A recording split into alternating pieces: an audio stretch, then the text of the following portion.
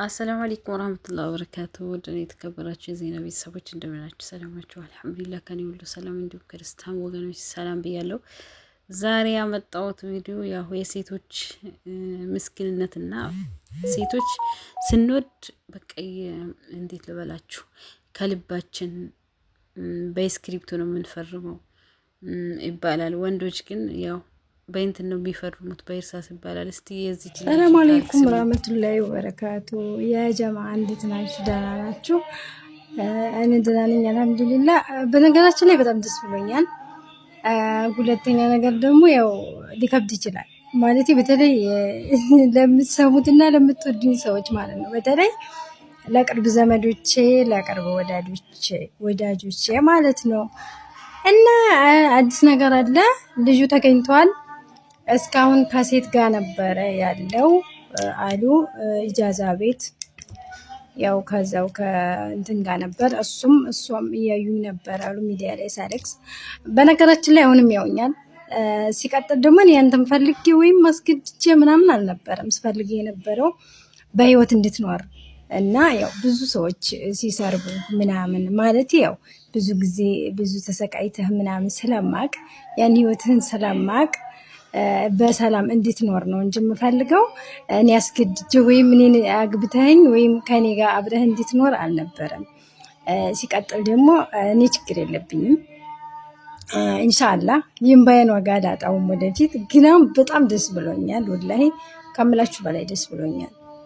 ማለት ሰው የተወለደበትን ቀን እንትን እንደማለት ልክ እንደተወለደ አዲስ እኔ የሆነብኝ ለእኔ ማለት ነው። እና ደስተኛ ነኝ አልሐምዱሊላህ። ልጁ ተገኝቷል።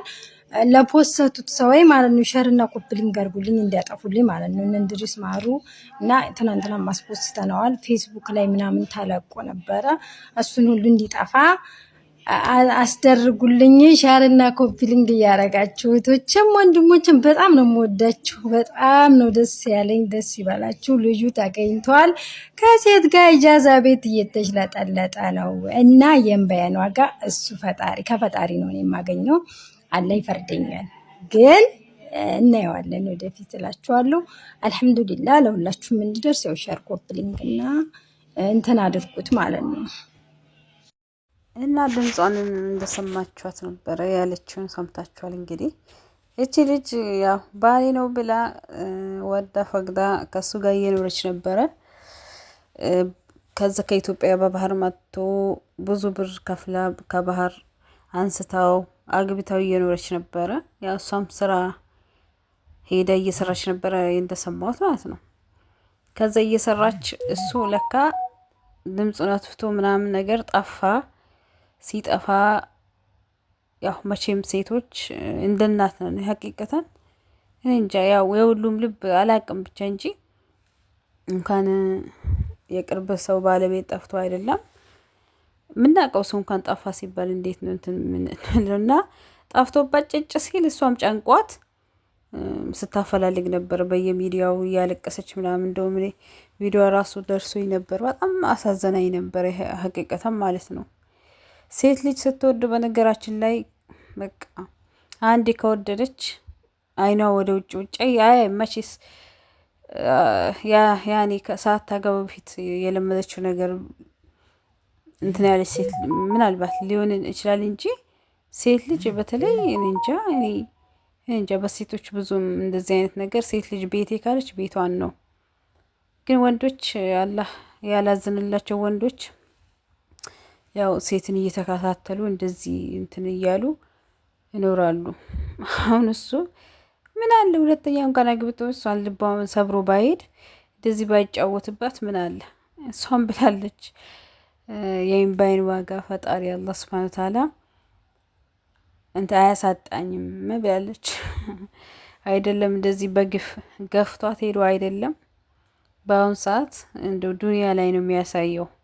ገፍቷችሁ የሄደ ሰው ተለማምጦ በእግራችሁ ተደፍቶ ነው የሚመጣው። የሚገርማችሁ ነገር አንቺ ጎበዝ ነሽ፣ ምርጥ መልስ ነው የሰጠሽው ሲጀመር ማለት እንደዚህ አይነቱ ሰው ቢመጣም ቢሄድም አይጠቅምሽም። ምክንያቱም እሱ ሰርቶ ለመለወጥ ወይ ደግሞ ሀላል እንትን ፈልጎ ሳይሆን በቃ ያኔ በየቦታው ከሴት ጋር እንትን ሊል ነው የመጣው። ሲጀመር እንደዚህ አይነት ሰው አይጠቅምም። ሲጀመር አላማ የሌለው ሰው አይጠቅምሽም። ወንድ ልጅ ምንም አይነት ስራ ይስራ፣ ምንም አይነት ስራ ይስራ፣ በቃ ሰርቶ ቤቱ የሚያስተዳድር ከሆነ ልስትሮ ሰርቶ ጋር ቤቱ የሚያስተዳድር ከሆነ በቂሽ ነው። ግን አላማ የሌለው ሰው ደግሞ እንደዚህ የሴት እንትን ከሆነ በጣም ከባድ ነው። ሀቂቀታ አይጠቅምሽም። ቢመጣም ቢሄድም አይጠቅምም። እንደዚህ አይነት ወንድ የመኝኝ ነገ በእግርሽ ወጥቆ ነው የሚመጣው። ጠብቂ። ለማንኛውም እሷን ብላለች በይዋጋ አያሳጠኝም እያለች በጣም እያለቀሰች ነበር። ሲፈለግ የነበረው በየሶሻል ሚዲያው ቲክቶክ አልቀረ፣ ዩቱብ አልቀረ፣ ፌስቡክ አልቀረ ፎቶ ተለጥፎ እየተፈለገ ነበር። ሱብሃንአላህ። ሰው እንደዚህ በሰው ይጫወታል።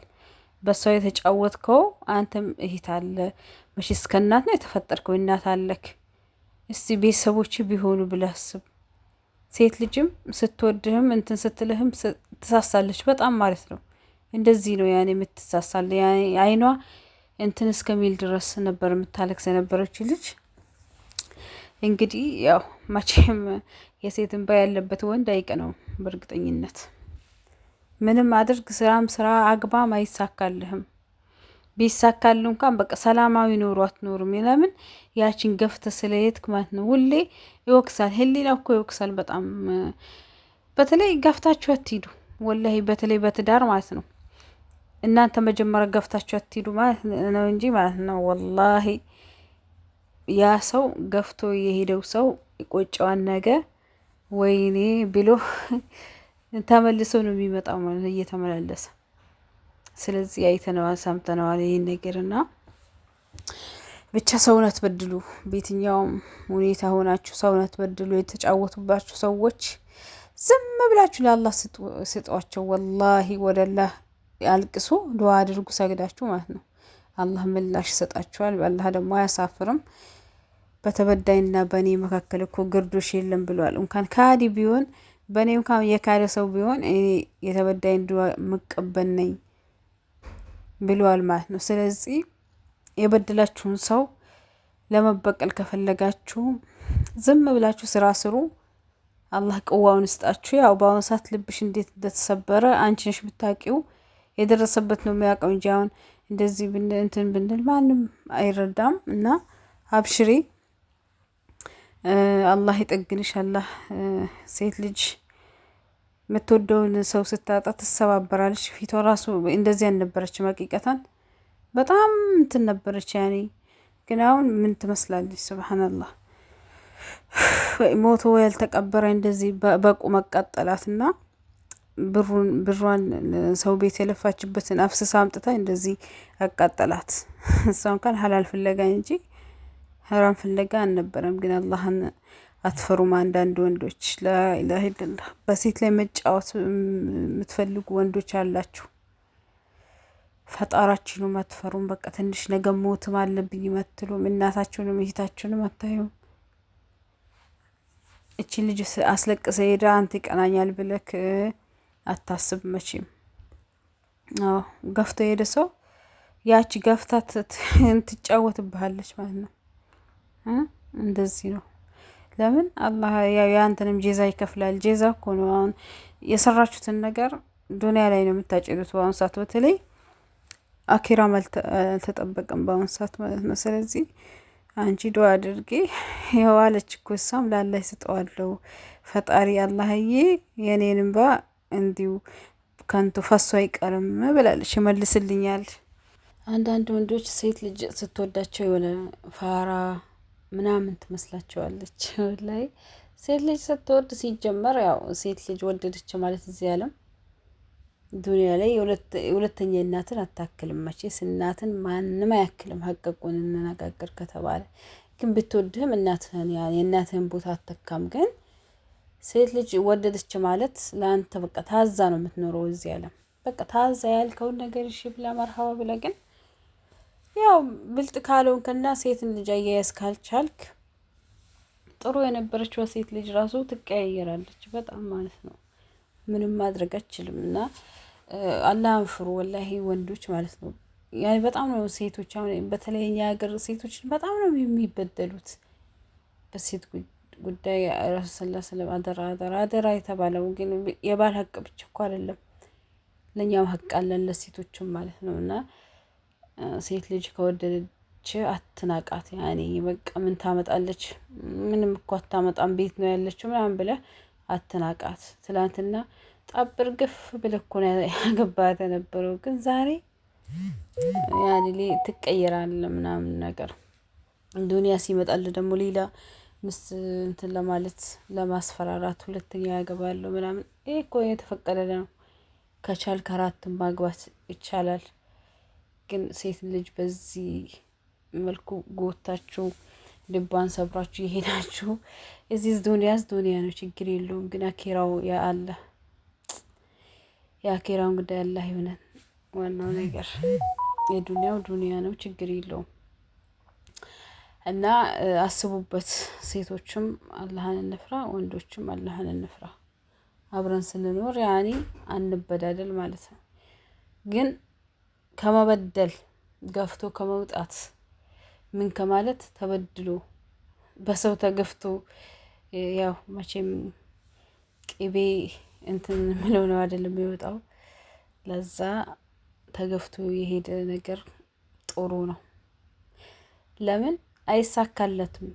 ሴት ልጅ የበደለ አይሳካለትም። የትም ቢሄድ ስራም ቢሰራ ምንም ቢል። ስለዚህ አላህ ሱብሓነሁ ወተዓላ ሁላችንም ሰላም ያድርግ።